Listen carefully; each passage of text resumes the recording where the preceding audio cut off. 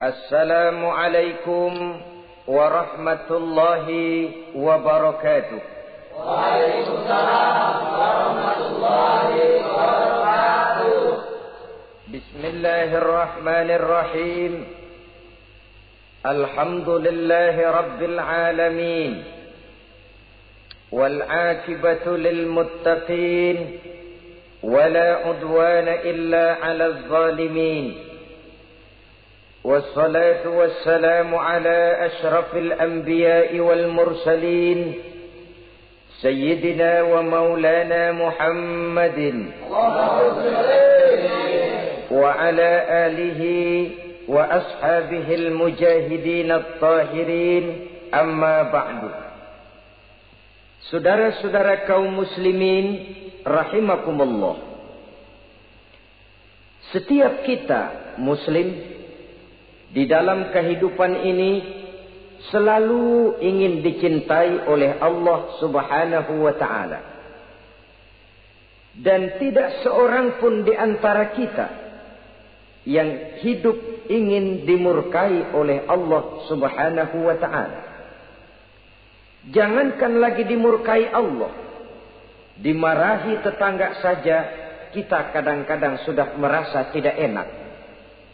Padahal bagaimanapun, kalau sekadar dimarahi tetangga, kita masih bisa menghindar, pergi atau pindah ke tempat lain. Tahun depan kita kembali lagi, barangkali sudah bisa berdamai. Tapi jikalau Allah yang murka kepada kita, padahal alam ini adalah miliknya belaka, rasanya kemana lagi langit tempat kita bernaung, dan kemana lagi bumi tempat kita berpijak.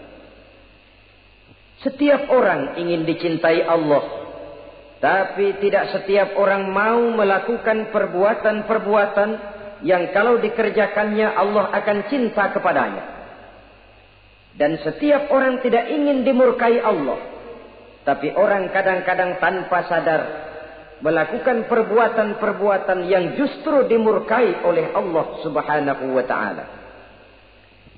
Pada pertemuan kali ini ingin saya sampaikan kepada hadirin satu hadis qudsi di mana Allah Subhanahu wa taala berfirman melalui lisan Nabi besar Muhammad sallallahu alaihi wasallam, "Uhibbu thalathan wa hubbi li thalathin ashad." Aku cinta, kata Allah, kepada 3 macam golongan manusia. Tapi aku lebih cinta lagi kepada yang 3 macam lagi. Jadi ada yang sekedar dicintai Allah, ada yang lebih lagi dicintai oleh Allah Subhanahu wa ta'ala. Siapa mereka? Mari kita ikuti satu persatu isi daripada hadis qudsi ini.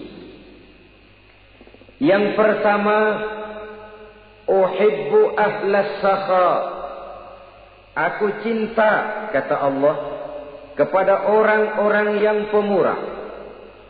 Aku cinta kepada orang-orang yang ringan tangan, mempunyai kepekaan sosial yang tinggi, gemar menolong orang yang memang memerlukan pertolongan. Aku cinta kepada orang-orang yang semacam itu.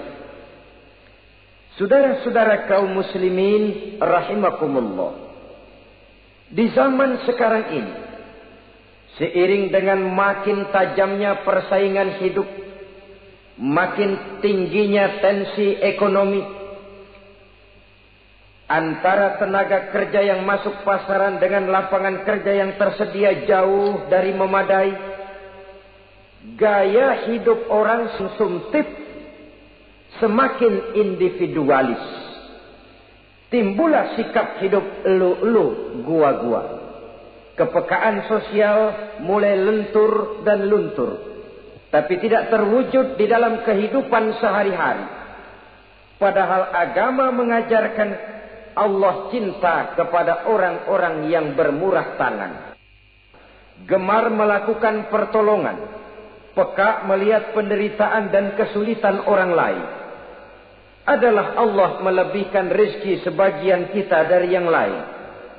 Dimaksudkan untuk saling tolong menolong, bahu-membahu dan bantu-membantu.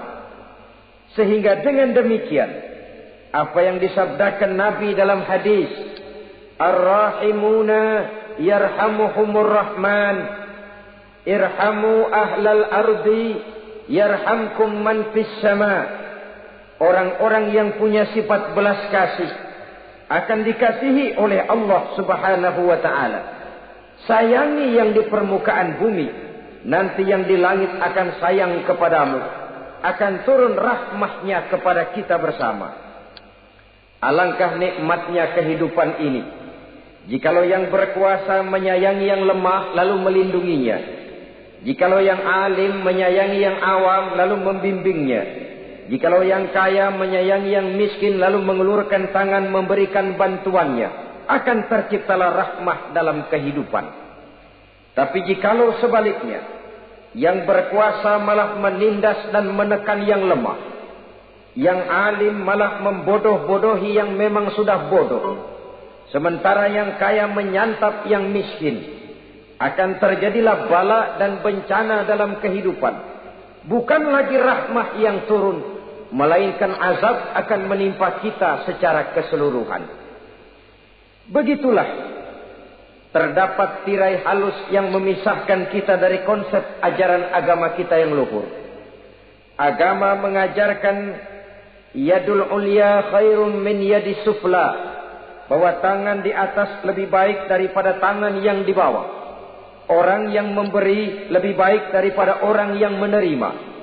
Tapi yang kita praktekkan, kita selalu berada pada posisi tangan di bawah.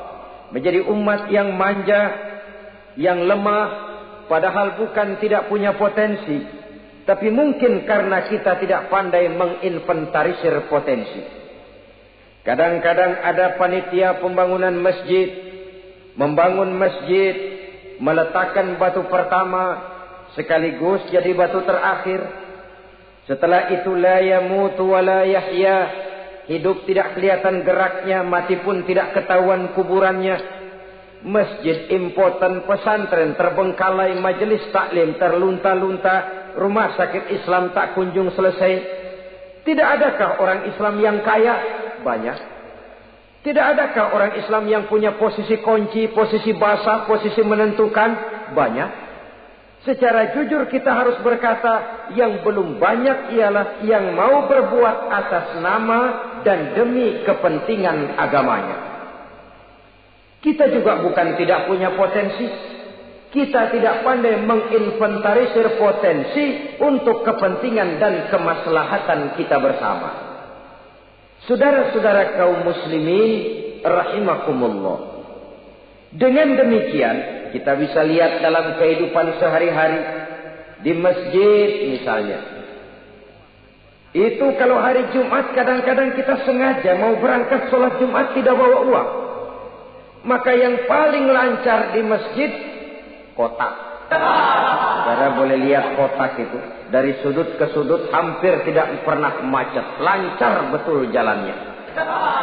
Sekali macet, kotak 50. 100. Wajar kalau masjid-masjid kita lalu impoten. Bagaimana akan mengadakan kegiatan kalau tidak ada dana?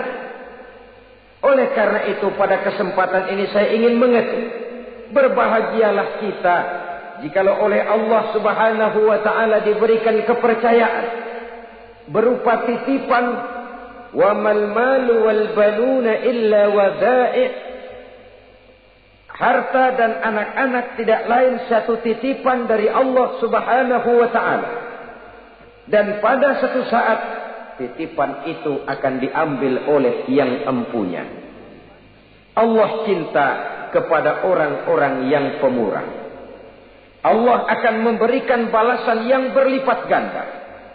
Kalau saudara bersedekah kepada anak yatim, bukan si yatim itu yang akan membalasnya. Kalau saudara membantu pembangunan masjid, bukan panitia masjid yang akan memberikan ganjarannya. Kalau saudara membangun pondok pesantren, bukan kiai yang punya pesantren yang akan memberikan balasannya. Allah Subhanahu wa ta'ala melalui jalan yang tidak kita sangka-sangka melalui jalan yang dalam istilah Quran disebut min haitsu la yahtasib, melalui jalan yang tidak pernah kita hitung, kita sangka sama sekali. Jalan gaib yang hanya Allah saja yang maha tahu. Sebaliknya, wa hubbi lil faqir as-sakhi asad, kata Allah. Aku cinta kepada orang-orang yang pemurah, tapi aku lebih cinta lagi kepada orang-orang miskin yang pemurah. Orang kaya pemurah, Allah cinta. Orang miskin pemurah, Allah lebih cinta. Kenapa? Kalau orang kaya sedekah 5.000 rupiah misalnya, orang miskin pun sedekah 5.000 rupiah, sama jumlahnya, sama ikhlasnya, sama halalnya, tapi besarnya pahala lebih besar sedekah si miskin yang 5.000 rupiah itu ketimbang si kaya yang juga 5.000 rupiah. Kenapa maka demikian? Oh, buat orang kaya uang 5.000 apalah artinya. Tapi buat si miskin, untuk jumlah 5.000 itu dia harus peras keringat, banting tulang, pergi pagi, pulang sore, kaki jadi kepala, kepala jadi kaki. Tapi kok dia berani bersedekah sejumlah sedekahnya orang kaya. Ini yang dinilai oleh Allah Subhanahu wa ta'ala. Saudara-saudara kaum muslimin rahimakumullah. Sifat inilah yang dahulu dicontohkan oleh baginda Rasul. Bahkan apa yang beliau sedekahkan kepada orang lain biasanya adalah sesuatu yang lebih baik dari apa yang beliau pakai sendiri. Watak ini yang diikuti oleh generasi sahabat. Kita ambil contoh ketika terjadi perang Tabuk misalnya. Datanglah Sayyidina Abu Bakar Siddiq, membawa seluruh harta bendanya disumbangkan di jalan Allah. Melihat ini Nabi bertanya, hal tarakta li ahlika syai'an ya Abu Bakar? Wahai Abu Bakar, begini banyak harta yang kau infakkan fi sabilillah ini. Apakah buat keluargamu sudah kau tinggalkan? Sayyidina Abu Bakar dengan tegak menjawab, taraktu lahumullaha wa rasulahu. Sudah, saya tinggalkan mereka Allah dan Rasulnya. Saya tinggalkan mereka keyakinan, akidah, iman, bahwa kalau kami menolong Allah, menolong agama, Allah akan menolong kami. Bahwa kami tidak akan jadi melarat karena memperjuangkan agama. Bahwa kami tidak akan jatuh miskin kalau harta ini kami belanjakan di jalan Allah. Kami tinggalkan keyakinan itu kepada anak-anak dan istri di rumah. Sementara harta yang ada seluruhnya kami bawa kemari. Keyakinan yang dimiliki oleh Sayyidina Abu Bakar Siddiq di zaman sekarang ini sudah merupakan keyakinan yang sangat langka. Kita belum yakin benar akan kebenaran janji Allah. Sehingga dengan demikian timbullah keraguan-raguan. Apa iya kalau saya belanjakan uang ini di jalan Allah akan ada balasannya? Apa iya kalau uang ini saya gunakan untuk melaksanakan ibadah akan datang balasannya? Padahal dalam hadis qudsi Allah menjanjikan, ana inda zanni abdi bi. Aku ini, kata Allah, bagaimana menurut persangkaan hambaku saja kepadaku. Kalau dia sangka baik, insya Allah baik datangnya. Kalau dia sangka tidak, aku bagaimana menurut sangka hambaku kepadaku. Itulah sebabnya dalam segala hal kita harus husnuzan, berbaik sangka kepada Allah Subhanahu wa ta'ala. Saudara-saudara kaum muslimin rahimakumullah. Inilah golongan pertama kekasih Allah. Orang-orang yang dicintai Allah. Orang-orang yang pemurah, yang sadar bahwa harta hanya sekadar titipan dari Allah Subhanahu wa ta'ala. Dan harta menurut Nabi, apabila sudah kita belanjakan di jalan Allah, dia akan berkata, pertama, kuntu qalilatan fakassartani. Jumlahku sebenarnya sedikit, tapi lantaran engkau sedekahkan aku, engkau belanjakan aku di jalan Allah, maka jumlahku jadi banyak.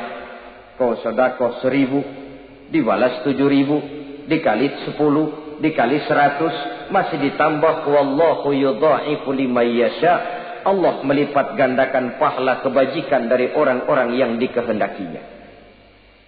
Yang kedua, harta itu akan bicara lagi. Kuntu faniyatan fa'abqaitani. Aku ini sebenarnya fana, tidak kekal, berubah, relatif dan temporer, sirna oleh pergeseran masa dan pertukaran waktu. Tapi lantaran engkau sedekahkan aku, engkau belanjakan aku di jalan Allah, maka nilaiku jadi kekal, akan mendampingi engkau sampai di hadratullah azza wa jalla di akhirat nanti. Jadi harta yang kita tumpuk-tumpuk, yang kita sangka akan mengekalkan kita sampai tidak akan miskin 7 keturunan, dengan segala macam cara kita tempuh, dia bukan harta yang kekal. Yang kekal, yang kita belanjakan di jalan Allah subhanahu wa ta'ala. Itu milik kita yang benar-benar akan kita nikmati. Yang ketiga, harta itu akan berkata lagi, kunta harisi fal'ana sirtu harisaka. Dahulu kamulah yang menjaga saya, tapi sekarang setelah saya sedekahkan, setelah engkau sedekahkan aku, setelah engkau belanjakan aku di jalan Allah, bukan engkau lagi yang jaga aku, kata si harta, akulah yang akan menjagamu. Di dunia orang yang rajin sedekah, sedekahnya itu menolak bala, terhindar dari segala bencana dan musibah. Sementara di akhirat, sedekahnya itu akan menjadi dinding yang menjaga dia dari jilatan api neraka. Demikian harta yang sudah kita infakkan, kita belanjakan, kita sedekahkan di jalan Allah itu akan menjadi pejangga kita. Sehingga Nabi menyatakan, inna sadaqatal mar'il muslim tazidu fil umri wa tadfa'u mitatas su'i. Sesungguhnya sedekahnya seorang mukmin dapat menambah umur panjang dan menyelamatkan seseorang dari mati secara su'ul khatimah. Marilah kita melihat bahwa agama ini memerlukan kita, bahwa umat ini mengharapkan pengorbanan kita. Dengan segala kemampuan yang ada pada diri kita, mari kita menyadari bahwa harta kita yang benar-benar milik kita, sesungguhnya yang sudah kita belanjakan di jalan Allah subhanahu wa ta'ala. Saudara-saudara kaum muslimin rahimakumullah, inilah golongan pertama. Golongan yang kedua yang dicintai oleh Allah subhanahu wa ta'ala, uhibbul mutawadhi'in. Aku cinta, kata Allah, kepada orang-orang yang rendah hati, orang-orang yang membawa ilmu padi, makin berisi makin merunduk, makin di puncak makin sadar akan kelemahan dan keterbatasannya. Aku cinta kepada orang-orang yang rendah hati. Adalah satu sifat dari Rasulullah sallallahu alaihi wasallam yang diriwayatkan oleh Imam Abu Ja'far Al-Barzanji misalnya dalam rawi Barzanjinya, wa kana sallallahu alaihi wasallam syadidal haya'i wat tawadhu. Adalah Rasulullah sallallahu alaihi wasallam seorang yang sangat pemalu dan sangat rendah hati. Tawadhu, tidak melonjak menjadi angkuh dan sombong. Walaupun beliau adalah asraful anbiya wal mursalin, nabi dan rasul termulia, imamul muttaqin, imamnya orang-orang yang bertakwa, rahmatan lil alamin, diutus sebagai rahmah bagi seluruh alam. Tapi tawaduknya demikian luar biasa. Ketika beliau terusir dari Mekah, kita bisa membayangkan meninggalkan kampung halaman, meninggalkan keluarga yang berbeda akidah, hijrah ke Madinah. Tapi pada lain kesempatan, ketika beliau dengan bala tentaranya masuk ke kota Mekah, dan orang-orang kafir Quraisy yang kita kenal dalam peristiwa Fathu Makkah itu, gentar hati mereka, sembunyi di dalam rumahnya masing-masing. Mereka masih ingat beberapa tahun yang silam, Dikala Nabi Muhammad dan para sahabatnya dikejar-kejar, terusir dari Mekah, hijrah ke Madinah. Sekarang Rasul kembali ke Mekah dengan segala keperkasaan bala tentaranya. Mereka berpikir, andai kata Muhammad mau saja membalas dendam, habis kita ini, habis, tidak akan tersisa. Dahulu dia kita caci maki, dahulu dia kita usir, dahulu dia kita kejar-kejar untuk kita bunuh. Sekarang kita tidak berdaya. Muhammad dengan perkasa, dengan bala tentaranya yang gagah sekarang masuk ke kota Mekah. Apa yang harus kita lakukan? Mereka menunggu dan menunggu. Dan Nabi dengan gagah masuk ke kota Mekah bersama bala tentaranya. Apa ucapan yang pertama beliau lontarkan? Pembalasan dendam? Tidak. Mencari orang-orang yang dulu mengejar, memusuhi, mengancam akan membunuhnya? Tidak. Beliau tidak teriak-teriak, mana itu Abu Jahal, mana itu Abu Lahab, mana itu Abu Sufyan, mana itu dulu orang-orang yang memusuhi saya dan sahabat saya. Ayo keluar kalau berani, ha? Tidak. Pidato ucapan pertama yang keluar dari bibir yang mulia itu sungguh di luar perkiraan kufar Quraisy. Apa jawab Nabi? Pidato Nabi, al-yauma yaumul marhamah. Tuan-tuan para Quraisy, tidak usah khawatir. Hari ini adalah hari yang penuh kasih sayang. Saya masuk ke kota Makkah semata-mata untuk menunaikan ibadah. Tidak akan ada balas dendam. Tidak akan ada pertumpahan darah. Siapa yang masuk ke Masjidil Haram dia aman. Siapa yang masuk ke Masjidil Haram dia tenang, tidak akan diganggu barang sedikit pun. Bersih hatinya dari balas dendam. Tidak ada watak untuk menunjukkan kepongahan pada beliau berada di puncak kejayaan. Tidak. Ini yang disebut syadidul haya wat tawadhu. Sangat rendah hati. Tidak melonjak menjadi angkuh dan sombong lantaran keberhasilan yang pernah dicapainya. Uhibbul mutawadhi'in. Aku cinta kepada orang-orang yang rendah hati. Makin berkuasa, makin rendah hati. Makin berilmu, makin rendah hati. Makin kaya, makin tawadhu. Wa hubbi lil ghaniyil mutawadhi asyad. Tetapi kata Allah, aku lebih cinta lagi kepada orang-orang kaya yang rendah hati. Orang miskin tidak sombong, Allah cinta. Orang kaya tidak sombong, Allah lebih cinta. Sebabnya apa? Rasa-rasanya kalau ada orang miskin tidak sombong, memang sudah harusnya. Tapi kalau ada orang kaya, apa saja dia punya. Kebunnya ada di mana-mana, kendaraannya sejumlah keluarganya, uangnya, depositonya ada di berbagai bank, pabriknya banyak. Apa saja dia punya, tapi tidak sombong, tawadhu. Ini yang lebih dicintai oleh Allah Subhanahu wa ta'ala. Saudara-saudara kaum muslimin rahimakumullah. Oleh karenanya, hadis qudsi ini menanamkan kesadaran kepada kita bersama. Bahwa yang pantas untuk sombong hakikatnya cuma Allah saja.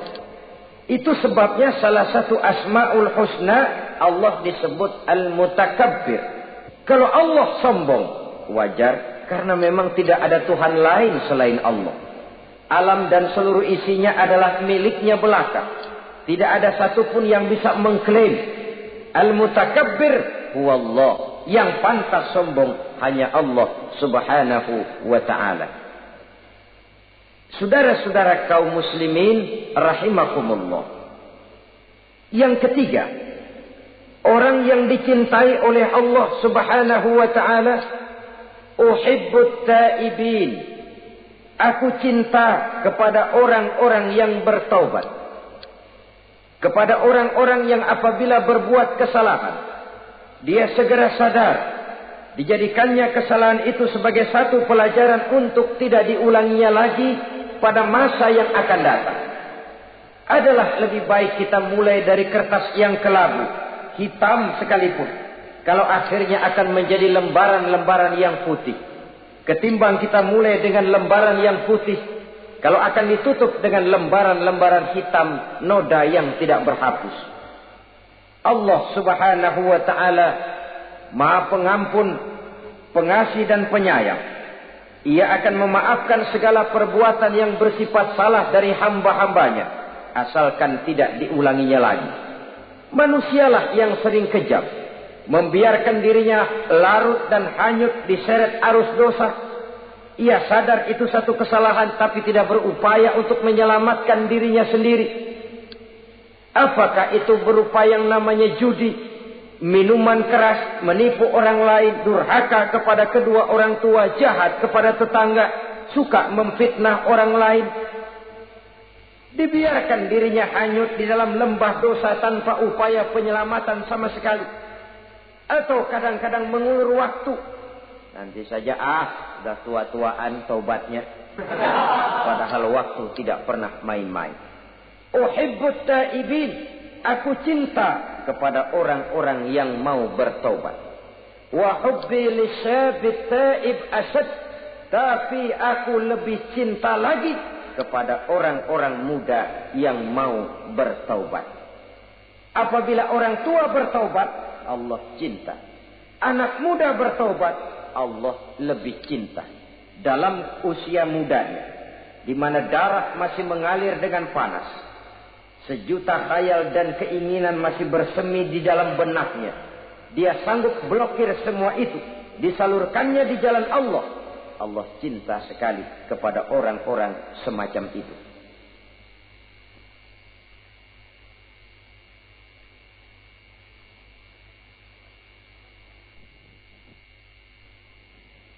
Saudara-saudara kaum muslimin rahimakumullah.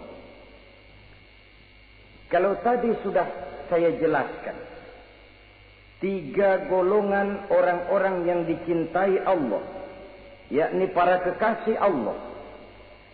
Orang-orang yang pemurah, gemar memberikan pertolongan. Kemudian yang kedua, orang-orang yang rendah hati.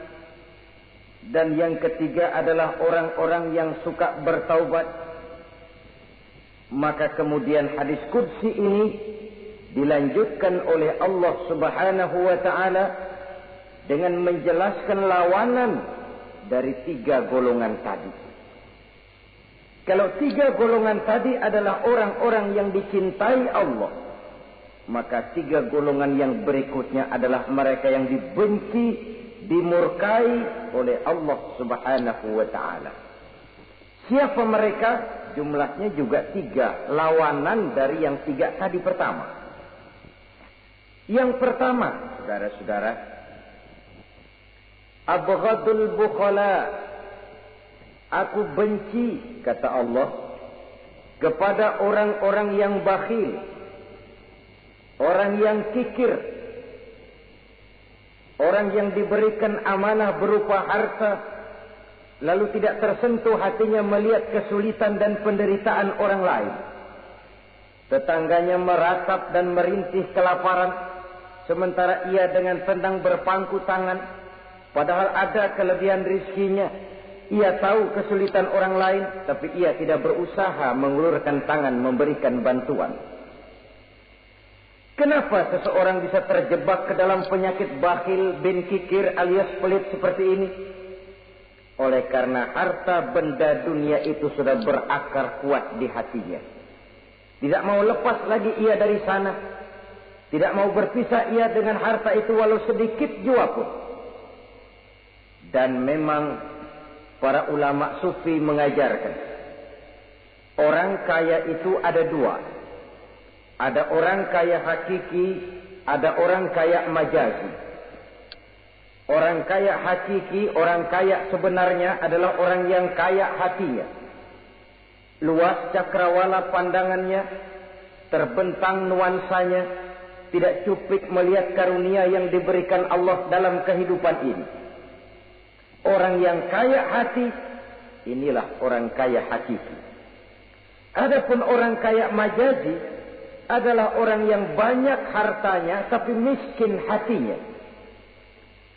Hidupnya sudah melimpah tapi ia selalu merasa kurang, maka ia tidak pernah cukup. Posisinya sudah kaya tapi ia masih merasa miskin, maka ia pun selalu miskin. Imam Ghazali rahimahullah memberikan contoh yang indah. Perjalanan hidup manusia sama dengan naik kapal laut yang besar menuju pulau bernama akhirat, mencapai pantai surga bahagia. Kapal ini akan singgah di satu pulau bernama dunia. Para penumpang diperbolehkan turun, tapi sebelumnya diingatkan lebih dahulu bahwa ini cuma sekedar tempat transit. Di dunia, di pulau yang bernama dunia, para penumpang boleh mengambil apa yang memang diperlukan untuk bekal dalam perjalanan. Tapi jangan lupa bahwa kapal akan melanjutkan perjalanan menuju kepulauan akhirat yang kekal dan abadi. Maka turunlah para penumpang ke pulau yang bernama dunia ini. Macam-macam tingkah lakunya ketika mereka menjejakkan kaki ke pulau dunia. Ada yang tetap sadar kepada pesan nakoda. Dia turun ke pulau yang bernama dunia, yang hijau, ranau, indah, memikat, mempedaya, mempesona. Tapi ia tetap sadar, ini cuma tempat transit. Ini cuma tempat persinggahan sementara. Bukan ini tempat yang akan saya tuju. Kapal akan segera berangkat. Saya harus bersiap-siap. Diambilnya apa yang diperbolehkan di pulau bernama dunia sebagai bekal menuju perjalanan akhirat. Dan setelah itu dia segera kembali ke kapal untuk melanjutkan perjalanannya. Ada pula penumpang yang lalai. Ketika turun ke pulau bernama dunia ini, ia lupa kepada pesan sang nakoda. Ia terpedaya oleh hijau ranaunya kepulauan dunia. Ia terpikat oleh gemerlapnya kehidupan dunia. Sibuklah seluruh waktunya untuk mengambil segala yang ada di kepulauan dunia ini. Ia menyangka bahwa ia sudah sampai kepada tujuan yang sebenarnya.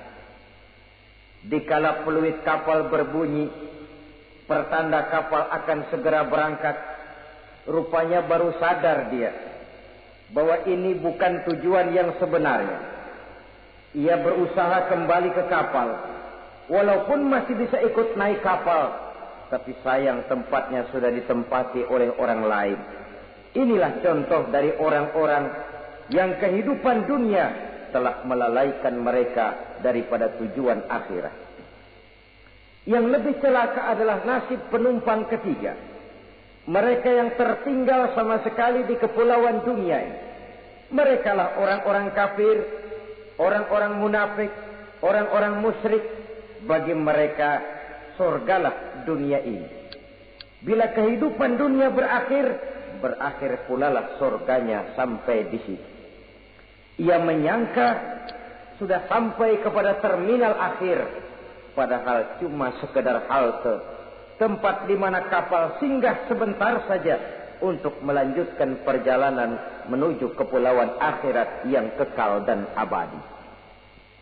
Saudara-saudara kaum muslimin rahimakumullah, orang-orang yang sadar bahwa dunia cuma sekedar satu tempat transit, maka kesadaran itu menggugah dia kepada keyakinan terhadap kalimat inna lillahi wa inna ilaihi raji'un. Segalanya datang dari Allah, segalanya akan kembali kepada Allah. Tidak ada yang dibawanya saat ia terlahir ke alam dunia ini, dan tidak akan ada yang dibawanya kembali saat ia keluar meninggalkan alam dunia ini, kecuali iman dan amal soleh yang dikerjakannya di dalam kehidupan kita. Bukan bakhil yang menyebabkan orang cepat jadi kaya. Bukan pemurah yang menyebabkan orang jatuh miskin dan bangkrut. Tetapi kesadaran bahwa segalanya datang dari Allah, segalanya akan kembali kepada Allah, akan membuat kita walaupun memiliki harta dan benda, tapi ia tidak berurat dan berakar di dalam hati. Abghadul bukhala, kata Allah, Aku benci kepada orang-orang yang bakhil. Kadang-kadang jangankan untuk orang lain, untuk kepentingan agama, dirinya sendiri saja tidak bisa menikmati kekayaannya. Kaya dia sebenarnya, tapi dia tidak sadar akan kekayaannya. Lebih celaka lagi, dia tidak tahu untuk apa kekayaan itu akan dipergunakan. Lahirnya mazhab materialisme, hidup serba cukup, serba ada, seperti yang kita lihat di negara-negara yang makmur, di Eropa bagian barat misalnya. Keluarga-keluarga jet set yang akhirnya bingung karena kebanyakan harta. Kalau kita di timur umumnya bingung karena tidak punya harta. Di sana orang bingung karena kebanyakan harta, mau diapakan harta itu. Akhirnya timbullah gaya hidup yang aneh-aneh. Membentuk klub-klub nudis terlepas dari pergaulan dunia ramai. Bergerombol tidur di goa-goa. Padahal rumahnya macam istana. Kamarnya 37, ada kolam renang. Ruangan ber-AC. Kemana pergi mobil sejumlah keluarga. Dari merek-merek yang mewah, keluaran mutaakhir. Tidak puas mobil punya kapal pesiar, kapal laut. Tidak cukup kapal laut punya kapal pesawat terbang pribadi. Apa yang dimau uangnya bisa bicara. Tapi akhirnya lalu sampai kepada titik jenuh. Sampai kepada yang namanya frozen emotional attitude. Dan sikap bakhil inilah yang pada akhirnya mendorong seseorang untuk sampai kepada tingkat yang disebut tamak, rakus, serakah.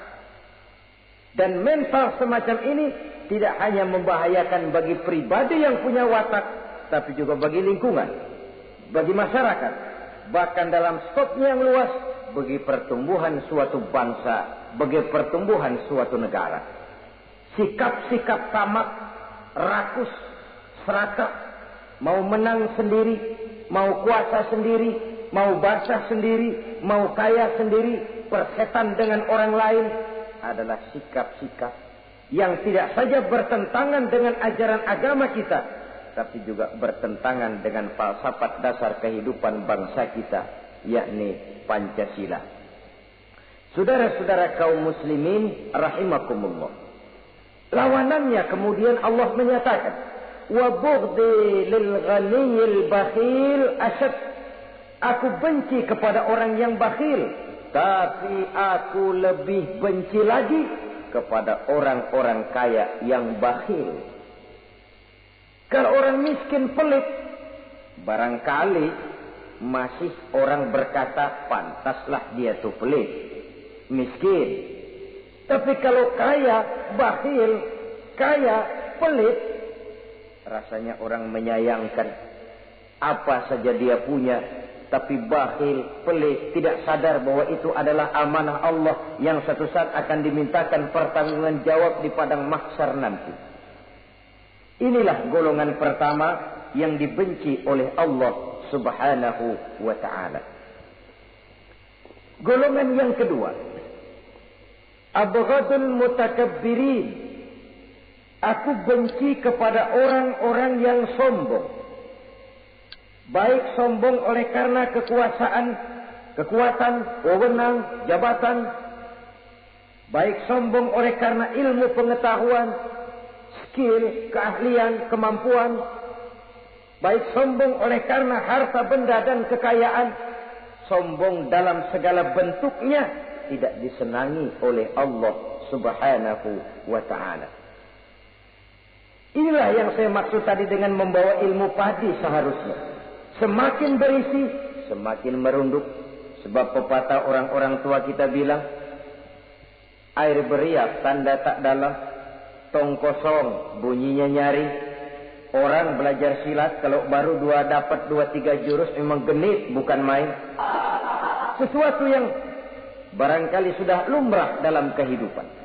Tapi yang diajarkan oleh agama, abghadul mutakabbirin, aku benci kepada orang-orang yang sombong.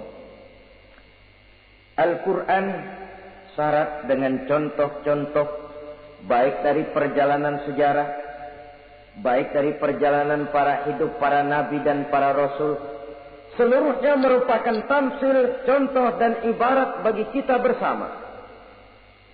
Fanzuru kaifa kana akibatul mukazzibin, fanzuru kaifa kana akibatul mujrimin. Berjalanlah kamu di permukaan bumi, lihat bagaimana akibat yang diderita oleh para pendusta, lihat bagaimana akibat yang diderita oleh para pembuat dosa, oleh orang-orang yang sombong, angkuh, congkak dan takabur. Mereka satu demi satu mengalami kehancuran, tenggelam di perut sejarah. Kurang apa Fir'aun? Kurang apa Raja Namrus? Kurang apa Raja Abrahat? Tentaranya gagah perkasa, kekuasaannya luas, istananya megah dan besar, pengawalnya gentayangan di mana-mana, intelnya selalu siap siaga menjaga keamanan. Sang raja diraja, entoh waktu berputar masa beredar, tenggelam oleh perputaran waktu dan peredaran zaman. Tidak ada satu keabadian dalam kehidupan ini. Akankah kita melahirkan Fir'aun kelas baru?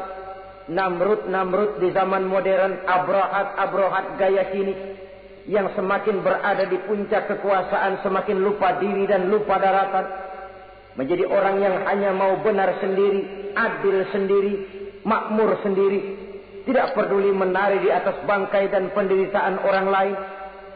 Akankah kita melahirkan korun gaya baru yang sombong oleh karena harta kekayaan yang berlipat ganda? Ataukah kita akan melahirkan barsisul abid gaya baru yang sombong oleh karena ilmu pengetahuan yang dimilikinya? Marilah kita menyadari al-mutakabbir huwa Allah. Yang pantas, boleh dan sombong, wajar untuk sombong, cuma Allah subhanahu wa ta'ala.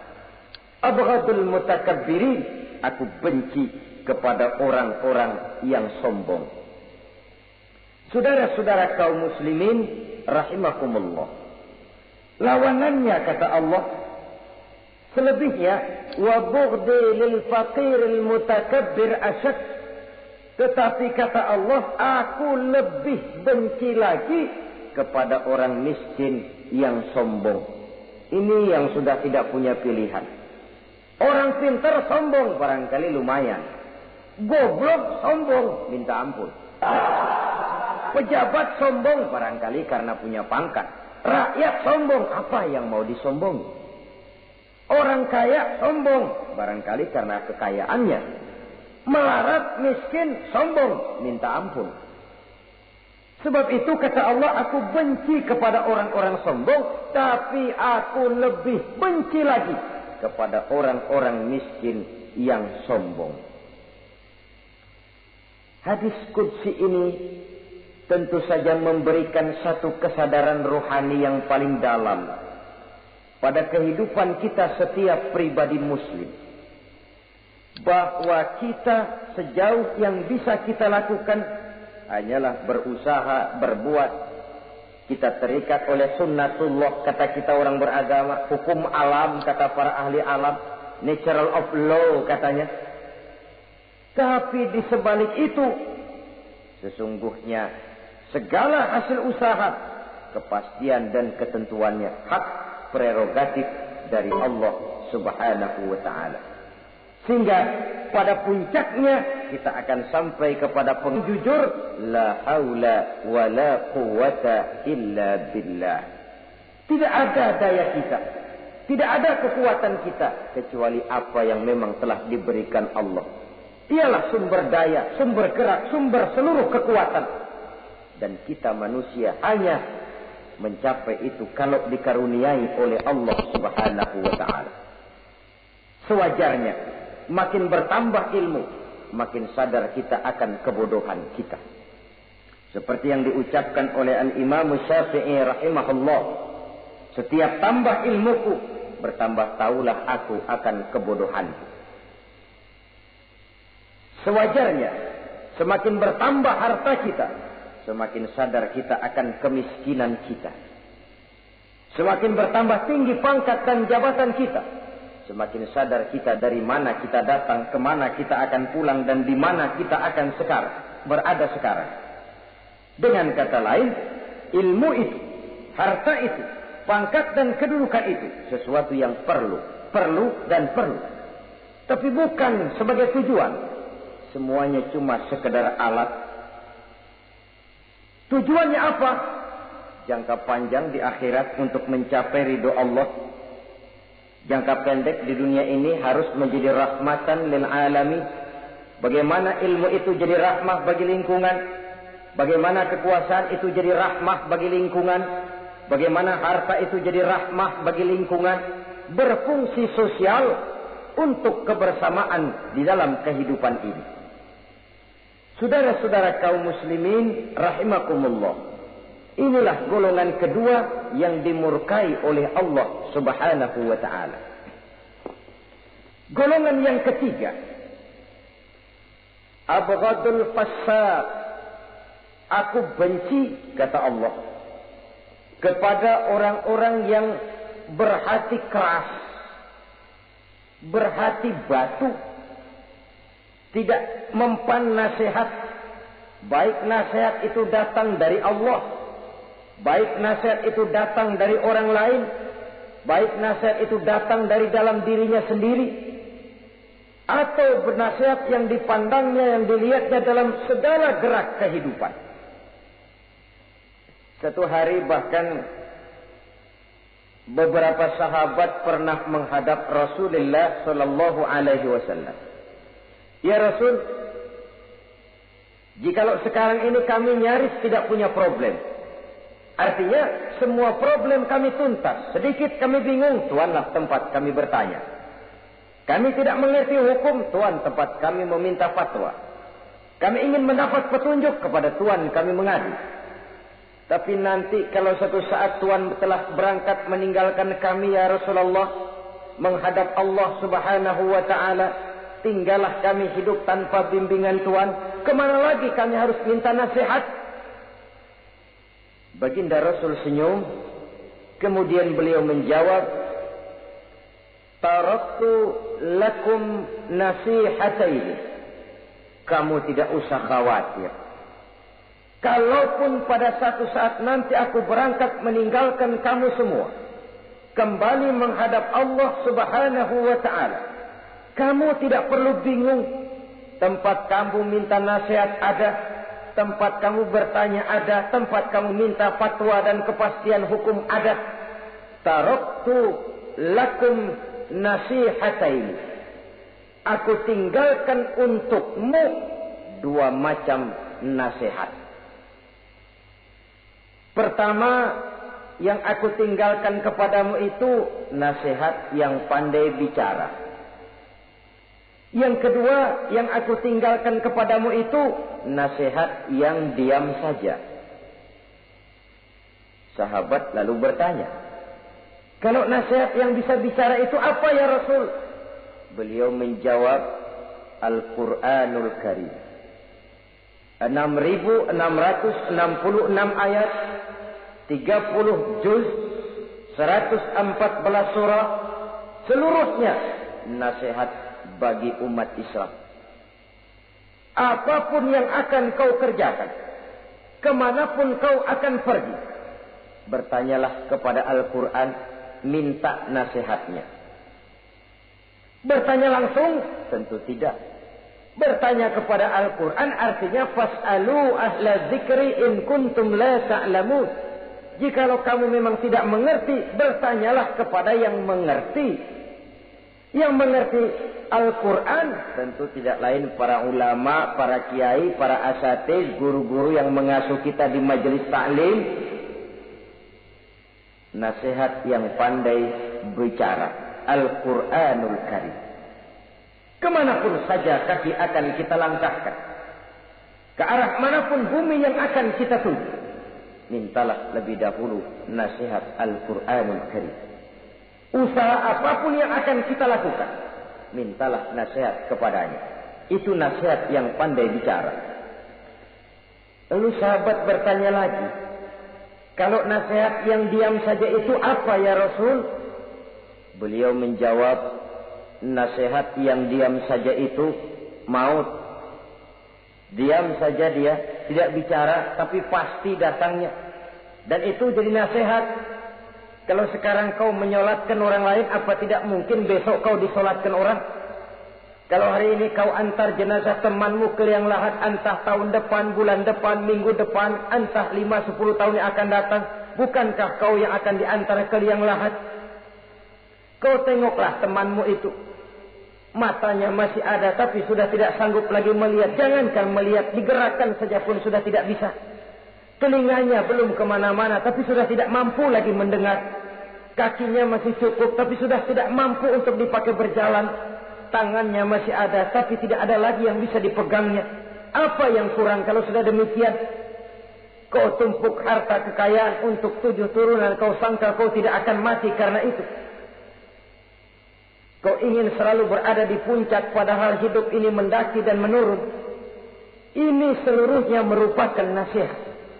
Orang yang hatinya keras tidak mempan nasihat yang datang dari Allah, Quran dan maut. Nasihat yang datang dari orang lain. Kadang-kadang diberikan nasihat, lebih pandai dia berkilah, lebih pandai dia berkelit, lebih pandai dia berjawab. Orang yang memberi nasihat baru bicara 1, dia sudah 10. Nasihat yang datang dari orang lain tidak juga bisa menyentuh hatinya. Atau nasihat yang timbul dari dalam dirinya sendiri. Kulit yang mulai berkerut, uban yang mulai bertabur, gigi yang permisi satu demi satu. Itu kan seluruhnya merupakan nasihat. Tapi orang yang hatinya keras, kasar, istilah kita barangkali sudah kulit badak, muka tembok, kuping kebo, masuk dalam golongan khatamallahu ala qulubihim. Allah sudah tutup cap, Allah stempel hati mereka, tidak masuk lagi nasihat. Na'udzubillah summa na'udzubillah. Beruntung kita kalau oleh Allah ini diberikan hati yang lembut, peka, mudah menerima kebenaran, tidak tertutup terhadap kebenaran. Walaupun kebenarannya itu datang dari seorang budak yang hitam legam.